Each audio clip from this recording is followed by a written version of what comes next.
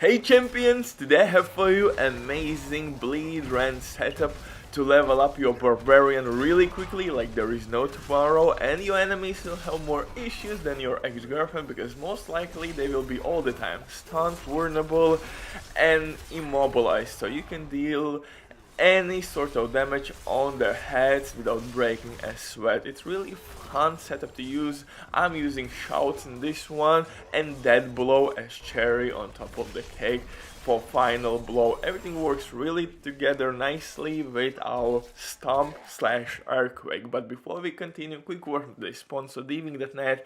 If you want some power leveling up, or if you don't have time for that, then these guys can help you all. With my promo code RBDA you will have 15% discount on absolutely all services on any game these guys can help you on. But now let's get back to this setup. Don't get me wrong, there are tons of setups you can use at early stages of your playthrough, maybe Hammer of the Ancients, but I think the Rend could be one of the best setups to use early on if you want to progress really quickly through the story, reach level 50, unlock next tier, and then work your way up to whirlwind setup maybe, or to the last difficulty. Long story short, in this one we are using a lot of synergies. On my helmet I'm using aspect, which will give me additional charge for my weaponry skill, aka dead blow. Unfortunately you need this unique chest piece if you want to be real effective with your shouts. 40% chance to reduce the cooldown of your non-ultimate skills by 1% when you inflict bleed on elites, and we're gonna apply bleed on our elites non-stop with Rend, and yeah, so it's really important to find that chest piece.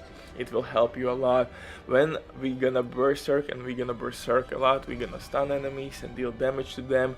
Damage reduction again against bleeding enemies on my pants. Unfortunately roll is not that high, only 10%, but you can gain 20% reduction. It's really nice for survivability reasons because we're gonna face tank tons and tons of enemies. All the minions will be in our face. We're gonna apply bleed, and you need survivability. And if we gonna if we will deal direct damage to bleeding enemies, we have a chance to stun them. If we're gonna stun them, they will not be able to attack us, and that will increase our survivability. On my one of the weapons I'm using earthquake aspect. Earthquake will deal damage to nearby enemies, and while I'm standing in earthquake I'm dealing more damage as well. It's really nice with your dead blow skill. This unfortunately is not the role I wanted. I messed up a little bit. Nevertheless, you want second weapon, you want to increase your weapon mastery damage. So you're gonna apply bleed effect with your Rend. You are increasing your damage reduction, you are increasing your DPS output, you are stunning enemies, and on top of that you are stacking next shot with your dead blow, and you have 2 charges with the dead blow, so eventually you can simply hit everybody in the face with your hammer or axe. As your rings, pretty goddamn self-explanatory. You need to use rings that can reduce the cooldown with your shouts. And on my amulet I'm using barrier. Really nice amulet at early stages of the game. 4000 armor is a lot, baby. So that amulet is providing me with tons and tons of armor. For my skill tree, let's go. Lounging strike will help us a lot to close the distance. It's like mini leap.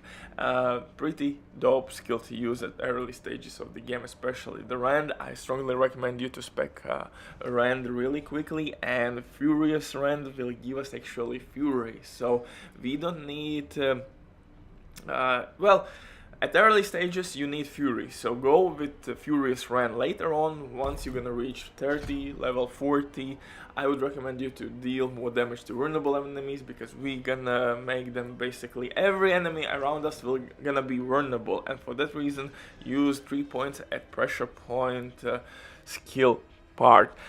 Ground Stomp is really dope skill actually to use for Barbarian. It deals okay damage, it can reduce the cooldown for your core or ultimate skill, excuse me, or it can generate fury. At early stages of your playthrough, when you are leveling up, definitely use fury option.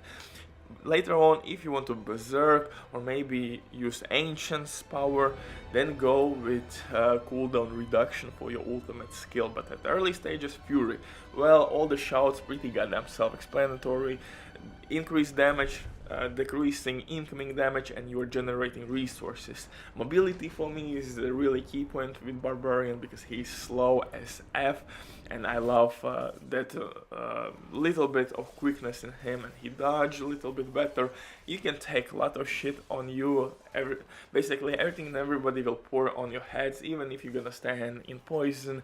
You have stomp, you have death blow, you have tons of damage. Yes, you will use potions, but by killing enemies you're gonna get those potions back really easily, and this setup is something different than your typical whirlwind setup. And like I said, it's really nice from level 0 to level 50ish plus, and later on you're gonna transition naturally to whirlwind setup. You're gonna see it, you will find better and better pieces, and yeah, it's just normal progression. You're gonna adapt your playstyle. But to apply vulnerability, guys, it's really important. Our death blow skill will apply vulnerability to our next core skill. So after we're gonna use death blow, our Rend will apply vulnerability, and now Rend can deal more damage to vulnerable enemies as well, if you're gonna spec out later on, not in fury gains, but in damage to vulnerable enemies. And of course, for berserking damage reasons, I have to use this one. I will leave my skill tree and paragon tree link down below in description or pinned comment. So yeah, see you in the next one. Bye.